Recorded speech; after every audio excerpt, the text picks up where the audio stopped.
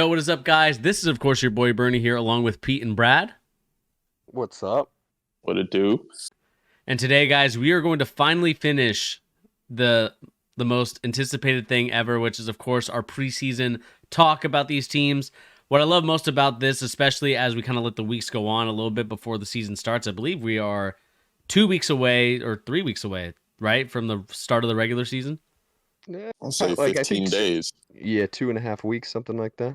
Yeah, 2.5 Coming up. weeks. A lot of different things changed. And of course, we're going to talk about these last remaining teams. But before we do that, please remember to hit that like, share, and subscribe button if you're new to the channel. Again, all this stuff helps us out tremendously. We, of course, have a lot of more topics going on. So let's get started right here by moving over to the live scene. And here we go. We have the remaining teams that you guys can see on the bottom.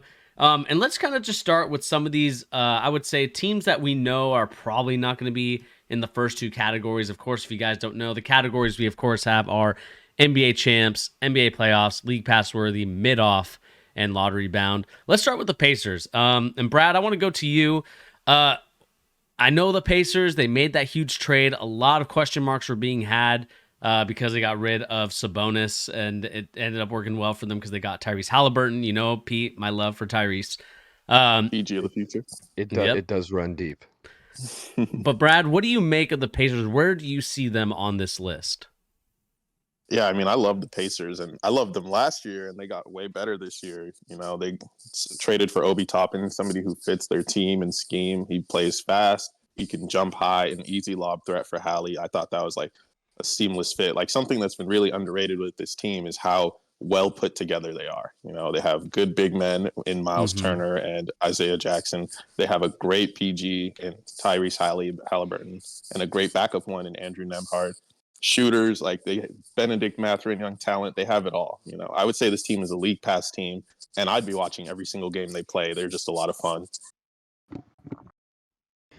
Yeah, they're kind of sneakily like one of the best managed teams right now. I mean, I don't think they get enough credit for like all the moves they make. Like I thought like their Bruce Brown signing was absolutely genius. Like they paid him a ton of money, but that money had to go somewhere. They were literally not going to pay anybody else. So why not just get a guy that clearly fits into whatever situation you ask him to just fit into, right?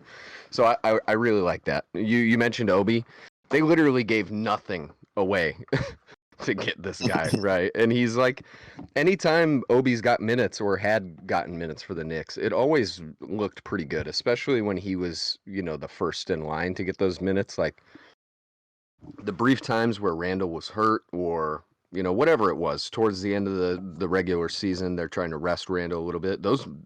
Obi was insane for most of those games. I honestly think he averaged probably over 22, 23 most of those games where he was the starting four for the Knicks. So I'm really interested to see what he's going to be able to do with actually more runway. He was always in the worst situation in the Knicks, for him in particular.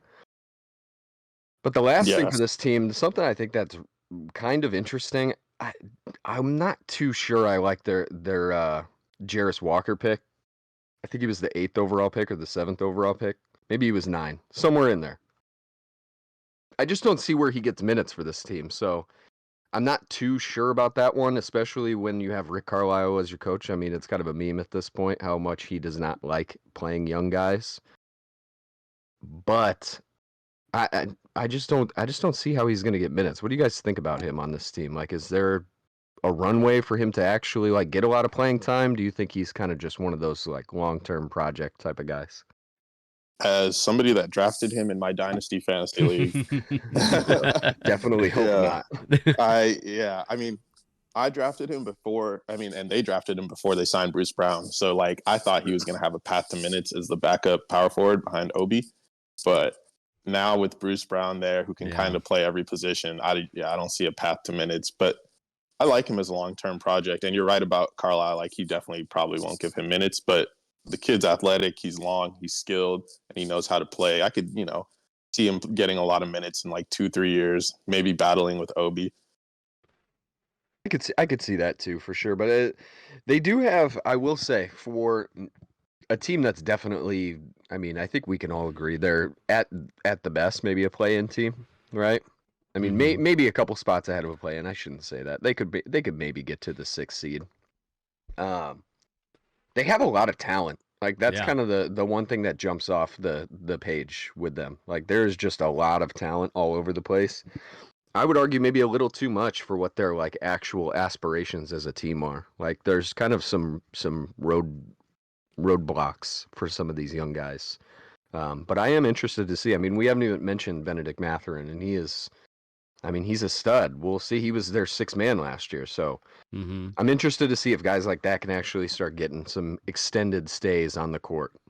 Yeah. I mean, the fun thing about this team is that they decided to go in a rebuild direction in a sense by trading away Sabonis, and they got back probably one of the best assets out there in Tyrese Halliburton. I think like when I see him play again, I've raved about him so much. Even in Team USA, the way that he was playing, I know they didn't go very far, but I think that's just due to other circumstances that we won't.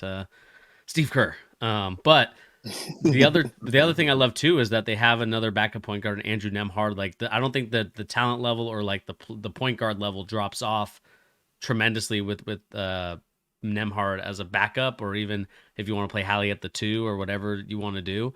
But I know Nemhard is more of a backup, and so like this team, like you said, it's very deep. It's actually very interesting, right? Because they could have easily went the route of, okay, we're just going to completely just destroy this roster, trade away assets to bring in assets to go into the draft for the next couple of years. But they did a great job of bringing in some good players here. um, like you guys were saying about Bruce Brown, I mean, he was a vital part in that Nuggets championship that they won. Hmm. With his versatility of not only being able to play the 3, but could play the 4 as well and defend to get the 4 too. So And like a borderline point guard sometimes too. yeah. Hmm. And like you were saying, like with Benedict Mathurin, again, we saw some stuff. I saw some things in the summer league from a year ago where I was like, okay, this guy's definitely going to be something in the future, and I think we're going to kind of see it more and more, as you were saying, Pete. Like as he goes from that 6-man role, maybe into that starting position. I guess the big question that I have for you guys is, and I know Pete, you're big on the timeline. Like, what do you do with a guy like Miles Turner?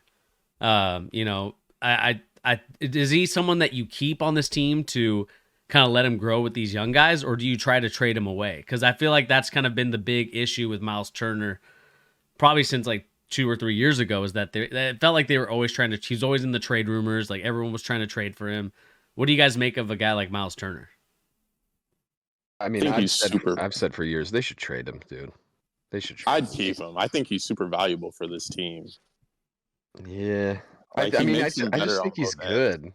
It's just not the timeline. Like Bernie, you alluded to, you knew how I was going to take this. Like I really don't think he fits the timeline. And honestly, like they could get a ton of value back for him. Like I I refuse. Dude, I hate to go back on this. We were talking in the group chat. This is a very nice human being, seemingly. But I got to do it again. I mean, there's no world in which you can convince me like this guy is worse than somebody like like Nurkic, right? Like this is a guy that has a ton of Wow. value. Do you really think Nurkic is better than Miles Turner? No, not even close. Miles Not Turner even was Okay, worse. close. okay. Yeah. I mean, in my opinion, I would say Miles Turner is probably a top 10 center in the league. He's much closer to 10 than he is 1, but with his versatility and skill set, I just don't think they need that kind of guy on this team. Like he's already gone through all the young guy woes with this team, and they're really Hmm. not. They still have a couple years until they're competitive. I don't know. I would just rather go with like a guy like Isaiah Jackson. Like he's 21. Like get this young guy some minutes. Go send Miles Turner and get a bunch of value back. Maybe a bunch is strong, but you could definitely get some solid young stuff in return for a guy like Miles Turner. I mean, that's the same thing with Buddy Hield too. Get him out of there. Why have you held on to these guys for so long? Buddy's a little older, so that definitely makes sense. And there's kind of a logjam with him and Benedict. But I think, Yeah, I mean, like Isaiah, he'd be good for the team, but he doesn't space the floor the way Miles does. Like timeline definitely wise, not. Yeah. yeah, timeline wise, it makes perfect sense. But I mean, Miles is only 27, so maybe keep him for like another year or two, and then flip him as he gets closer to 30. Hmm. Yeah, I mean it's a very interesting talking point just because, like I said, he's been in the trade mill and the rumor mill for so many years now, especially His when they entire had, career. yeah, I mean Literally. especially when they Yeah. had Jared Allen too, and they were trying to figure out, okay, which guy do we keep, and so they made their choice. He got the money that I think he got extended either 2 years ago or 3 years ago.